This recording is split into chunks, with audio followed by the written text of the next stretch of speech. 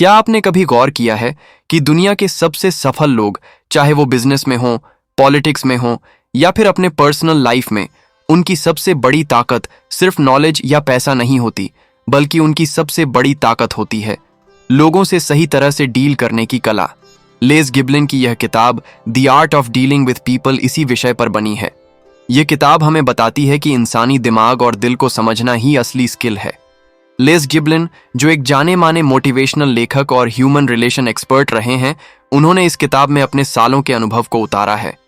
उनकी सोच ये है कि हर इंसान एक तरह से भावनाओं का बना हुआ है, और अगर आप उनकी भावनाओं को सही ढंग से समझ लें तो आप किसी का भी दिल जीत सकते हैं। इस किताब में बताया गया है कि चाहे आप किसी दुकान में ग्राहक से बात कर रहे हों, दफ्तर में अपने बॉस या जूनियर से, घर में परिवार से या दोस्तों के साथ, हर जगह आपकी सफलता इस बात पर निर्भर करती है कि आप लोगों से कैसे पेश आते हैं। किताब की खासियत यह है कि इसमें बहुत ही आसान और प्रैक्टिकल तरीके दिए गए हैं। इसमें बताया गया है कि कैसे लोगों को इज्जत दी जाए, कैसे उन्हें महसूस कराया जाए कि वो मायने रखते हैं, कैसे छोटी छोटी आदतें आपके रिश्तों को मजबूत कर सकती हैं, और कैसे सही शब्द और सही रवैया आपको हर जगह पसंदीदा बना सकते हैं। लेस गिबलिन कहते हैं कि अगर आप लोगों से डील करने की कला सीख गए तो आपके लिए जिंदगी का हर दरवाजा खुल सकता है। आपको लोग न सिर्फ पसंद करेंगे बल्कि आपकी इज्जत भी करेंगे, और यही असली सफलता है, लोगों के दिल जीतना। यह है आपका अपना हिंदी ऑडियो बुक चैनल। यहां हम सिर्फ किताबें नहीं सुनाते, बल्कि उन किताबों की सीख को आपके दिल तक पहुंचाते हैं। चाहे आप उत्तर भारत की गलियों में हों, दक्षिण भारत के समुद्र किनारों पर, पूर्वोत्तर की पहाड़ियों में या पश्चिम भारत के रेगिस्तानों में, ये आवाज आप तक पहुंचेगी। और सिर्फ भारत ही क्यों, Nepal, Pakistan, Bangladesh, Sri Lanka, Dubai, Singapore, Malaysia और जहां जहां भी हिंदी समझी जाती है, वहां तक ये सफर आपका और हमारा साथ रहेगा। तो आइए शुरू करते हैं इस अद्भुत यात्रा को और जानते हैं कि लेस गिबलिन की इस किताब से हम क्या सीख सकते हैं। सीख कि कैसे लोगों का दिल जीतना ही असली सफलता है, और यही है the art of dealing with people. Chapter 1, thinking creatively about human relations. दोस्तों, इस चैप्टर में लेस गिबलिन हमें यह सोचने पर मजबूर करते हैं कि इंसानी रिश्ते हमारी जिंदगी का सबसे बड़ा हिस्सा है। अक्सर हम मानते हैं कि हमारी परेशानियां काम, पैसे या हालात से जुड़ी होती हैं, लेकिन असली सच यह है कि हमारी ज्यादातर दिक्कतें और खुशियां इस बात से जुड़ी हैं कि हम लोगों के साथ कैसा व्यवहार करते हैं। अगर हमारे रिश्ते अच्छे हैं तो जिंदगी आसान हो जाती है, और अगर रिश्ते बिगड़े हुए हैं तो चाहे हमारे पास कितना भी पैसा या नाम क्यों ना हो, हमें चैन नहीं मिलता। लेस गिबलिन कहते हैं कि हमें रिश्तों के बारे में क्रिएटिव होकर सोचना चाहिए। क्रिएटिव सोच का मतलब है कि हम पुराने ढर्रे से हटकर यह समझने की कोशिश करें कि हर इंसान अलग है और हर इंसान के साथ जुड़ने का तरीका भी अलग होना चाहिए। यह बिल्कुल उसी तरह है जैसे कोई कलाकार हर तस्वीर को नए ढंग से बनाता है। किसी इंसान को आपकी तारीफ चाहिए, किसी को आपके भरोसे की जरूरत है और किसी को आपकी इज्जत। अगर आप इन जरूरतों को समझकर सही तरह से पेश आते हैं तो आप लोगों का दिल जीत सकते हैं। इस चैप्टर में यह भी बताया गया है कि अक्सर लोग रिश्तों को हल्के में लेते हैं। वे मानते हैं कि पढ़ाई, स्किल्स और मेहनत ही सफलता का रास्ता है। लेकिन अगर आप लोगों से जुड़ने की कला नहीं जानते तो आपकी सारी मेहनत अधूरी रह जाती है। कई बार हम देखते हैं कि कोई इंसान बहुत टैलेंटेड है लेकिन आगे नहीं बढ़ पाता, जबकि एक साधारण इंसान जो लोगों से अच्छा व्यवहार करना जानता है, वह आगे निकल जाता है। फर्क सिर्फ इस बात का है कि एक ने रिश्तों को गंभीरता से लिया और दूसरे ने नहीं। लेस गिबलिन हमें यह समझाते हैं कि रिश्ते किसी मशीन की तरह हैं। जिस तरह मशीन का हर पुर्जा समझकर और ठीक करके ही वो मशीन चलती है, उसी तरह इंसानी रिश्ते भी समझदारी और ध्यान मांगते हैं। अगर आप इन्हें समझते हैं और सही जगह ध्यान देते हैं तो रिश्ते मजबूत बनते हैं। लेकिन अगर आप लापरवाह हैं और लोगों को हल्के में लेते हैं तो वही रिश्ते आपकी जिंदगी में परेशानी बन जाते हैं। इसलिए इस चैप्टर का सबसे बड़ा संदेश यही है कि इंसानी रिश्तों को कला की तरह देखो। इन्हें गंभीरता से लो, क्रिएटिव होकर सोचो और लोगों को वैसे ही अपनाओ जैसे वे हैं। अगर आप यह कला सीख गए तो आपकी जिंदगी के दरवाजे आसानी से खुल जाएंगे और लोग हर जगह आपके साथ खड़े होंगे। Chapter 2, understanding the human ego. दोस्तों, इस चैप्टर में लेस गिब्लान हमें इंसानी स्वभाव की उस सबसे नाजुक और सबसे अहम चीज के बारे में बताते हैं जिसे समझना ही लोगों से जुड़ने की असली चाबी है, और वो है ईगो। हर इंसान के भीतर एक गहरी चाह होती है, महत्वपूर्ण महसूस करने की, सम्मान पाने की और दूसरों की नजरों में मायने रखने की। यह चाह सिर्फ अमीर या गरीब, छोटे या बड़े तक सीमित नहीं है, बल्कि यह हर इंसान के भीतर मौजूद है। सोचिए, एक छोटा बच्चा जब अपनी ड्राइंग बनाकर माँ बाप को दिखाता है तो उसकी असली खुशी उसकी तस्वीर में नहीं होती, बल्कि उस मुस्कान में होती है जो उसे तारीफ मिलने पर मिलती है। उसी तरह एक कर्मचारी का मन तभी संतुष्ट होता है जब उसका बॉस उसकी मेहनत को पहचान लेता है। यहां तक कि बुजुर्ग भी चाहते हैं कि उनकी राय को सुना जाए और उन्हें अहमियत दी जाए। ये सब इंसान की ईगो की जरूरतें हैं। लेस गिब्लान कहते हैं कि अगर आप किसी की ईगो को ठेस पहुंचाते हैं, जैसे उसकी आलोचना करके, उसकी बात काट कर या उसकी उपलब्धियों को अनदेखा करके, तो आप भले ही सामने से कुछ न देख पाएं, लेकिन उसके दिल में आपके लिए दूरी पैदा हो जाती है। वहीं अगर आप किसी इंसान को यह महसूस कराते हैं कि उसकी अहमियत है, तो वह आपकी तरफ खिंचता है और आपके लिए हर दरवाजा खोल देता है। यही वजह है कि इस चैप्टर में ईगो को समझना सबसे जरूरी कला बताई गई है। इसमें यह भी समझाया गया है कि इंसानों की सबसे बड़ी भूख सिर्फ खाने या पैसे की नहीं होती, बल्कि सम्मान और पहचान की होती है। अगर आप यह जरूरत पूरी कर देते हैं तो इंसान आपके साथ गहराई से जुड़ जाता है। छोटी छोटी बातें जैसे किसी का नाम याद रखना, उसकी राय पूछना, उसकी तारीफ करना, उसकी उपलब्धियों को मान देना, ये सब उसकी ईगो को संतुष्टि देते हैं। और जब उसकी ईगो संतुष्ट होती है तो वह आपके साथ रिश्ते में विश्वास और अपनापन महसूस करता है। लेस गिब्लान ये चेतावनी भी देते हैं कि कई बार लोग बिना समझे दूसरों की ईगो को चोट पहुंचा देते हैं, जैसे व्यंग्य कर देना, मजाक उड़ा देना, किसी की बात को बीच में रोक देना या यह जताना कि उसकी सोच बेकार है। यह सब बातें सामने वाले को गहराई से चोट पहुंचाती हैं।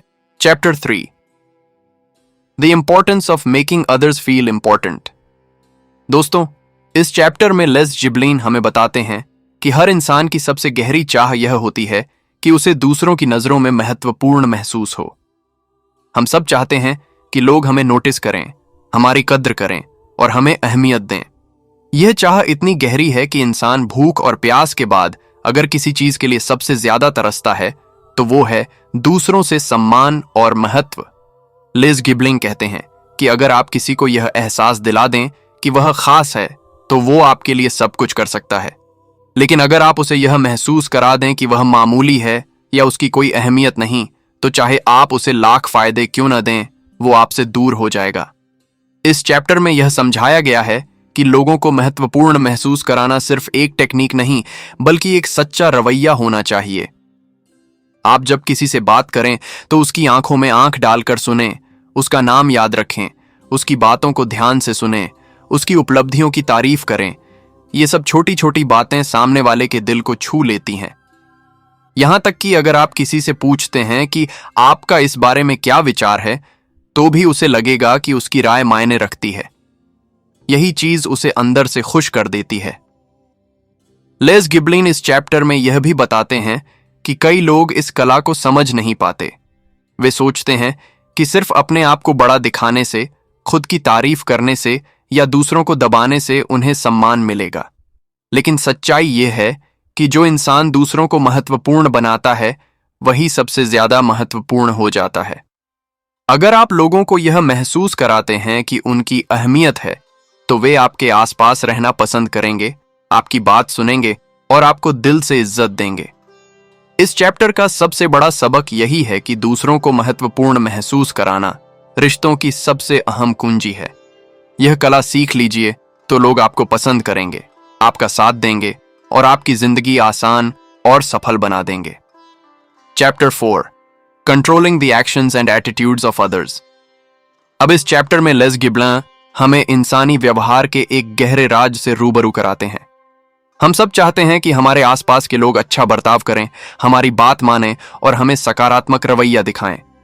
लेकिन सवाल यह है कि हम दूसरों के एक्शंस और एटीट्यूड को कैसे कंट्रोल कर सकते हैं। लेस गिब्लान कहते हैं कि इसका राज बहुत सीधा है। आप लोगों को वैसे ही ट्रीट कीजिए जैसे आप चाहते हैं कि वे आपके साथ पेश आएं। इस चैप्टर में यह समझाया गया है कि इंसान आईने की तरह होता है। आप अगर किसी को सम्मान देंगे तो वो भी आपको सम्मान देगा। अगर आप किसी को इज्जत देंगे तो उसका रवैया भी आपके प्रति नरम और सहयोगी होगा।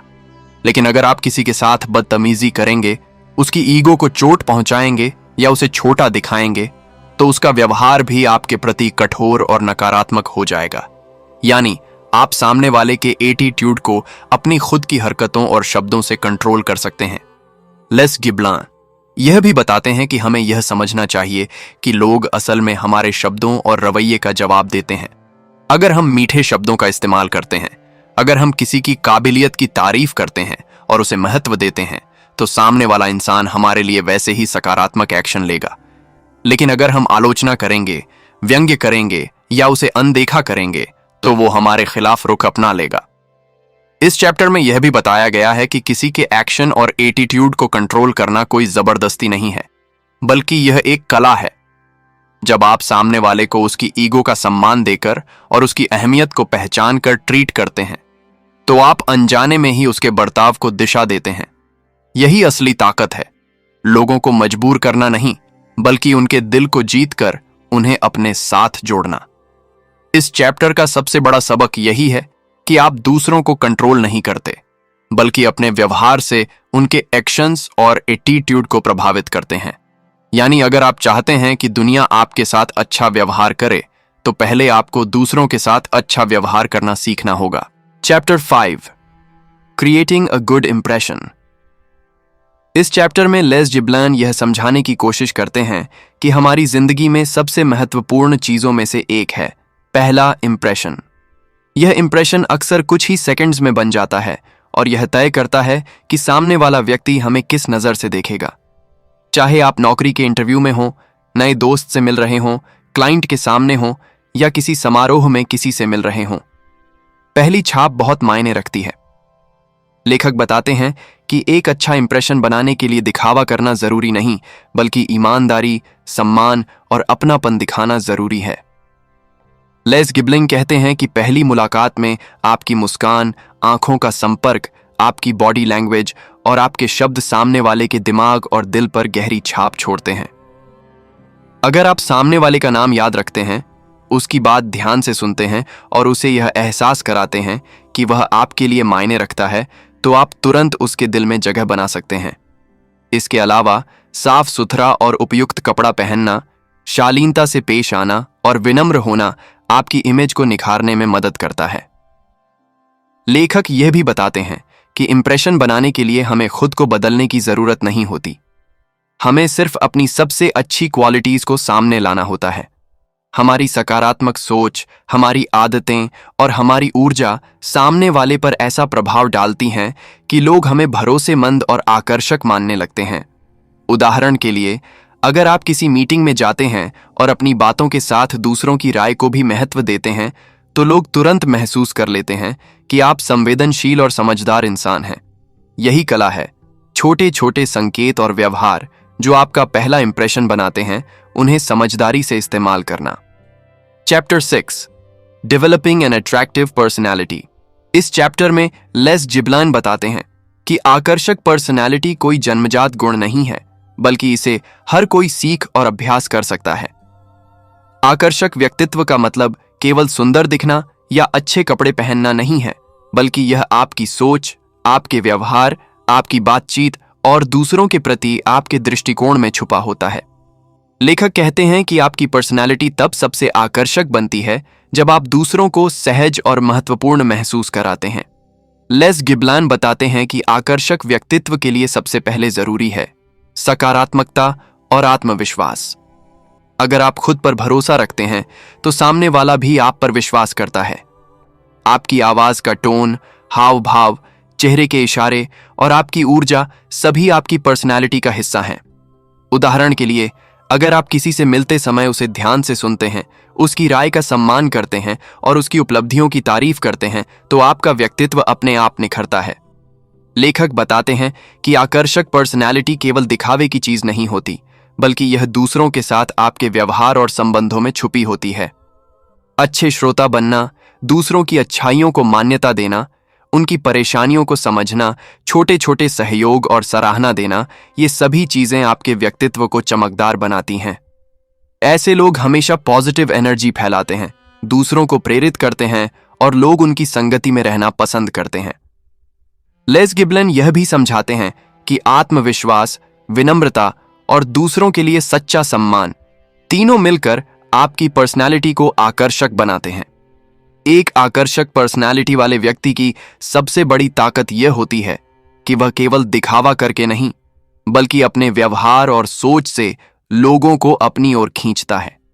यही वह कला है जिसे सीखकर आप न सिर्फ अपने जीवन में सफल होते हैं, बल्कि लोगों के दिलों में भी अपनी खास जगह बना सकते हैं। Chapter 7, learning to communicate effectively. इस चैप्टर में लेस गिबलन हमें यह सिखाते हैं कि जीवन में सफलता और अच्छे रिश्तों की नींव होती है संचार की कला। हम चाहे परिवार, दोस्त, ऑफिस या व्यावसायिक दुनिया में हों, अगर हम अपनी बात को प्रभावी और समझदारी से पेश नहीं कर सकते तो हमारी प्रतिभा, ज्ञान और मेहनत भी सीमित प्रभाव डालती है। लेखक बताते हैं कि केवल शब्दों का इस्तेमाल करना ही पर्याप्त नहीं है, बल्कि कैसे बोलते हैं, किस टोन में बोलते हैं और अपनी बात को किस क्रम में रखते हैं, यह सब बहुत मायने रखता है। लेस गिबलिंग कहते हैं कि प्रभावी संचार का पहला नियम है स्पष्टता और सरलता। जब आप अपनी बात सीधे और सरल शब्दों में कहते हैं तो सामने वाला तुरंत समझ पाता है और आपकी बात को अपनाने में सहज महसूस करता है। इसके साथ ही लेखक यह बताते हैं कि संचार सिर्फ बोलने तक सीमित नहीं है। आपकी बॉडी लैंग्वेज, हाव भाव, आंखों का संपर्क, मुस्कान और शब्दों का तालमेल भी संदेश का हिस्सा है। उदाहरण के तौर पर, यदि आप किसी मीटिंग में किसी सुझाव के बारे में बोल रहे हैं और आपका टोन गर्मजोशी और सम्मान दिखाता है, तो लोग तुरंत आपकी बात से प्रभावित होंगे। इस चैप्टर में यह भी समझाया गया है कि प्रभावी संचार का दूसरा महत्वपूर्ण हिस्सा है सामने वाले की जरूरत और रुचि को समझना। आप अपनी बात को तभी प्रभावी बना सकते हैं जब आप जानते हैं कि सामने वाला क्या सुनना चाहता है, उसकी प्राथमिकताएं क्या हैं और उसे कौन सी बातें आकर्षित करती हैं। लेखक कहते हैं कि अगर आप इस समझ के साथ बोलते हैं तो आपकी बात न सिर्फ सुनी जाएगी बल्कि अपनाई भी जाएगी। लेस गिबलन यह भी बताते हैं कि प्रभावी संचार में धैर्य और सहानुभूति बहुत जरूरी है। आप जब अपनी बात रखते हैं तो सामने वाले की प्रतिक्रिया सुनें, उसकी भावनाओं को समझें और जरूरत पड़े तो अपनी बात में बदलाव करें। यही तरीका आपको एक प्रभावी सम कम्युनिकेटर बनाता है और लोग आपके साथ सहज महसूस करते हैं। Chapter 8, listening. इस चैप्टर में लेखक बताते हैं कि सुनने की कला सफलता और अच्छे रिश्तों की सबसे बड़ी कुंजी है। अक्सर लोग सोचते हैं कि बातचीत में सिर्फ बोलना ही मायने रखता है, लेकिन असली प्रभाव तब आता है जब आप सच्चाई से सुनना जानते हैं। लेस गिबलिंग कहते हैं कि लोग पसंद करते हैं कि उन्हें सुना जाए, उनकी बातों को समझा जाए और उनकी भावनाओं की कद्र की जाए। सुनने का मतलब सिर्फ कान से सुनना नहीं है, यह पूरी तरह से ध्यान, समझ और सहानुभूति के साथ सुनना है।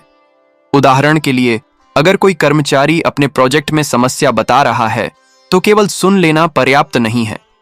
उसे महसूस कराना जरूरी है कि आप उसकी बात समझ रहे हैं, उसकी कठिनाई को महसूस कर रहे हैं और समाधान खोजने में उसके साथ हैं। इस तरह सुनना सामने वाले के दिल में आपका भरोसा और सम्मान बढ़ाता है। लेस गिबलन बताते हैं कि सुनने के दौरान सबसे महत्वपूर्ण चीज है ध्यान केंद्रित रखना और बीच में बोलने से बचना। कई बार लोग बातचीत के दौरान अपने जवाब या राय पर ध्यान देते हैं और सामने वाले की बात अधूरी छोड़ देते हैं, लेकिन असली सुनने वाला वही है जो पूरी बात समझे, प्रश्न पूछे और आवश्यक प्रतिक्रिया दे। इस चैप्टर में यह भी बताया गया है कि सक्रिय सुनना आपकी पर्सनैलिटी और पेशेवर प्रभाव को भी बढ़ाता है। जब आप किसी की बात ध्यान से सुनते हैं, उसकी भावनाओं और जरूरतों को समझते हैं, तो लोग आपके प्रति सम्मान और अपनापन महसूस करते हैं। यही कारण है कि लेस गिबलन इसे इंसानी रिश्तों में सबसे महत्वपूर्ण कौशल मानते हैं। सार में चैप्टर 8 हमें यह सिखाता है कि अगर आप सच्चाई से सुनना सीख जाते हैं तो आपके रिश्ते मजबूत होते हैं, लोग आपके साथ सहज महसूस करते हैं और आपकी बात का प्रभाव बढ़ जाता है। सुनना केवल शांति और धैर्य की बात नहीं है, बल्कि यह लोगों के दिल में अपनी जगह बनाने और उन्हें प्रभावित करने की सबसे असरदार कला है। Chapter 9 getting people to agree. इस चैप्टर में लेस जिब्लान हमें यह समझाते हैं कि लोगों को अपनी बात से सहमत करना कोई जबरदस्ती का खेल नहीं है, बल्कि यह समझदारी और सटीक बातचीत की कला है। अक्सर लोग सोचते हैं कि किसी को अपने विचारों से सहमत करने के लिए तर्क वितर्क करना, जोर जबरदस्ती करना या बहस करना पर्याप्त है, लेकिन असल में यह तरीका काम नहीं करता। लेस गिबलिन कहते हैं कि जब आप किसी से अपनी बात मनवाने की कोशिश करते हैं तो सबसे पहले जरूरी है कि आप उनकी सोच, उनकी भावनाएं और उनके नजरिए को समझें। इस चैप्टर में बताया गया है कि लोग उन बातों के प्रति सहज और सकारात्मक होते हैं जिन्हें वे खुद महसूस कर पाते हैं कि सही हैं। इसलिए किसी को अपनी बात से सहमत करने के लिए आपको उनकी भाषा में, उनके नजरिए से और उनकी भावनाओं को ध्यान में रखते हुए बात करनी होती है। उदाहरण के लिए, अगर आप किसी कर्मचारी को नया काम देने जा रहे हैं तो उसे यह बताना कि यह काम उसके लिए क्यों फायदे का है, उसकी जिम्मेदारी और क्षमताओं को क्यों निखारेगा, उससे आप सहजता से उसकी सहमति पा सकते हैं। लेस गिबलिन यह भी बताते हैं कि बहस करने या जोर देने की बजाय सवाल पूछकर और उनके विचारों को शामिल करके आप उन्हें अपनी राय के करीब ला सकते हैं। जब आप सामने वाले को महसूस कराते हैं कि उसकी राय मायने रखती है, कि उसकी सोच को आपने समझा, तो वह अपने आप आपकी बात से सहमत होने लगता है। यह तरीका केवल पेशेवर जीवन में ही नहीं, बल्कि घर और व्यक्तिगत रिश्तों में भी बेहद असरदार है। इस चैप्टर का सबसे बड़ा संदेश यह है कि लोगों को मनाने का तरीका दबाव या तर्क नहीं, बल्कि समझदारी, सम्मान और सही दृष्टिकोण है। अगर आप यह कला सीख लेते हैं तो आप न केवल लोगों को सहमत कर पाएंगे, बल्कि उनके दिल में भरोसा और अपनापन भी बना पाएंगे। Chapter 10 giving praise. इस चैप्टर में लेस गिबलिन बताते हैं कि इंसान की सबसे बड़ी जरूरतों में से एक है प्रशंसा और सराहना। चाहे वह बच्चा हो, कर्मचारी हो, दोस्त हो या परिवार का कोई सदस्य, हर इंसान को यह महसूस करना बेहद जरूरी है कि उसके प्रयासों और योगदान की कद्र हो रही है। बहुत बार लोग मेहनत करते हैं लेकिन उनके काम की सराहना नहीं होती। यह न केवल उनके आत्मविश्वास को चोट पहुंचाता है, बल्कि उनके अंदर निराशा और उदासी भी पैदा कर सकता है। लेस गिबलिन कहते हैं कि प्रशंसा करने का सही तरीका यह है कि वह सच्ची, समय पर और विशिष्ट हो। अगर आप केवल आम शब्दों में कह दें शाबाश या अच्छा किया, तो इसका असर बहुत सीमित होगा। लेकिन अगर आप कहते हैं कि मुझे पसंद आया कि आपने यह प्रोजेक्ट समय पर और इतनी मेहनत के साथ पूरा किया, यह टीम के लिए बेहद उपयोगी है, तो यह प्रशंसा सामने वाले के दिल में गहरी छाप छोड़ देती है। इस चैप्टर में यह भी बताया गया है कि प्रशंसा का असर तभी असली होता है जब वह सच्ची और दिल से दी जाती है। अगर लोग महसूस करते हैं कि आप केवल दिखावे के लिए तारीफ कर रहे हैं, तो यह उनकी नजरों में आपकी विश्वसनीयता को कम कर देता है। इसलिए लेस गिबलिन कहते हैं कि किसी की ईमानदारी और मेहनत को पहचानना और उसे खुले दिल से सराहना सबसे बड़ी कला है। लेखक यह भी बताते हैं कि प्रशंसा करने से केवल सामने वाले का आत्मविश्वास बढ़ता ही नहीं, बल्कि आपके और उनके बीच का रिश्ता भी मजबूत होता है। लोग आपके साथ जुड़ते हैं, आपकी बात सुनते हैं और आपका सम्मान करते हैं। यही वजह है कि प्रशंसा करना केवल अली का हिस्सा नहीं है, बल्कि यह सफल और मजबूत रिश्तों का आधार है। इस चैप्टर का सबसे बड़ा संदेश यह है कि अगर आप लोगों के काम और व्यक्तित्व की सच्ची सराहना करना सीख जाते हैं, तो आप उनके दिल में हमेशा के लिए अपनी जगह बना लेते हैं। यही कला लोगों से जुड़ने और उन्हें प्रभावित करने की असली कुंजी है। Chapter 11 criticising others without offending them. दोस्तों, इस चैप्टर में लेस गिबलिन हमें यह सिखाते हैं कि आलोचना करना एक ऐसी कला है जिसे अगर सही तरीके से नहीं किया जाए तो यह रिश्तों में दरार डाल सकती है और सामने वाले की भावना को चोट पहुंचा सकती है। अक्सर लोग सोचते हैं कि अगर किसी की गलती बतानी है तो सीधे सीधे कह देना ही सही है, लेकिन असल में आलोचना का तरीका और समय उतना ही महत्वपूर्ण है जितना कि शब्द। लेस गिबलिन कहते हैं कि आलोचना का असली मकसद कभी भी सामने वाले को नीचा दिखाना नहीं होना चाहिए। इसका उद्देश्य होता है सुधार और सीख। अगर आप किसी को सुधारने की बजाय उसकी गलती पर उसे दोषी ठहराते हैं, तो वह न केवल आपके प्रति नकारात्मक महसूस करता है, बल्कि आपके शब्दों को दिल से नहीं लेता। इसलिए आलोचना करते समय जरूरी है कि आप सामने वाले के भावनात्मक स्वाभिमान का ध्यान रखें। इस चैप्टर में बताया गया है कि आलोचना करने का सबसे असरदार तरीका है पहले प्रशंसा करना, फिर सुझाव देना और अंत में फिर सकारात्मक शब्दों से खत्म करना। उदाहरण के तौर पर अगर कोई कर्मचारी अपना काम ठीक से नहीं कर पाया तो सीधे कहने के बजाय आप पहले उसकी मेहनत की सराहना करें, फिर उसे यह बताएं कि यह काम कैसे बेहतर किया जा सकता है और अंत में उसे यह एहसास दिलाएं कि आप उसके प्रयासों और कौशल पर भरोसा करते हैं। इस तरीके से आलोचना सकारात्मक बन जाती है और सामने वाला इसे सीखने और सुधारने का अवसर मानता है। लेस गिबलन यह भी बताते हैं कि आलोचना के शब्दों का चुनाव बेहद अहम है। कठोर, आपत्तिजनक या उपेक्षापूर्ण शब्द इस्तेमाल करने से सामने वाला तुरंत रक्षात्मक हो जाता है।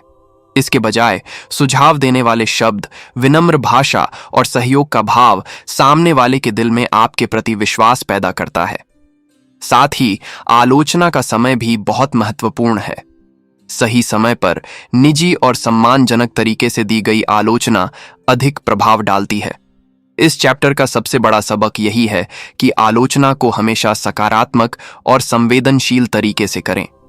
इसे व्यक्तित्व को चोट पहुंचाने के लिए न बनाएं, बल्कि सुधार और विकास का अवसर बनाएं। जब आप दूसरों की भावनाओं का सम्मान करते हुए उन्हें सही दिशा दिखाते हैं तो वे आपके मार्गदर्शन को स्वीकार करते हैं और आपके साथ संबंध मजबूत बनते हैं। आलोचना का सही तरीका सीख लेना लोगों से जुड़ने और उन्हें प्रभावित करने की असली कला है। दोस्तों, अब हम पहुंच गए हैं the art of dealing with people by Les Giblin के सफर के अंत पर। इस किताब ने हमें सिखाया कि इंसानों से जुड़ने और उन्हें प्रभावित करने की कला सिर्फ दिखावे या चतुराई से नहीं आती, बल्कि समझदारी, अपनापन, सम्मान और सच्चाई से आती है। चाहे आप किसी बड़े शहर जैसे दिल्ली, मुंबई, बैंगलोर या कोलकाता में हों या छोटे गांव में हों, चाहे आप भारत के उत्तर, दक्षिण, पूर्व या पश्चिम में रहें या फिर नेपाल, बांग्लादेश, पाकिस्तान या किसी अन्य देश में हिंदी समझने वाले हों, यह किताब हर इंसान के लिए बेहद महत्वपूर्ण सीख देती है। लेस गिबलन हमें बताता है कि हर रिश्ते की नींव होती है समझ, सम्मान और सकारात्मक व्यवहार। हमें यह सीखने की जरूरत है कि कैसे दूसरों की ईगो का ख्याल रखें, उन्हें महत्वपूर्ण महसूस कराएं, उनकी सराहना करें और आलोचना को भी इस तरह दें कि सामने वाला इसे सीखने का अवसर समझे। यह किताब यह भी समझाती है कि दूसरों के बर्ताव और सोच को प्रभावित करना कोई दबाव या जबरदस्ती का खेल नहीं है, बल्कि समझदारी, सही शब्दों और सही रवैये का परिणाम है। हमने इस किताब के चैप्टर्स में जाना कि कैसे आप क्रिएटिव सोच के जरिए रिश्तों को सुधार सकते हैं, दूसरों की ईगो का सम्मान कर सकते हैं, पहला इंप्रेशन बना सकते हैं, आकर्षक पर्सनैलिटी विकसित कर सकते हैं और लोगों को अपनी बात से सहजता से सहमत कर सकते हैं।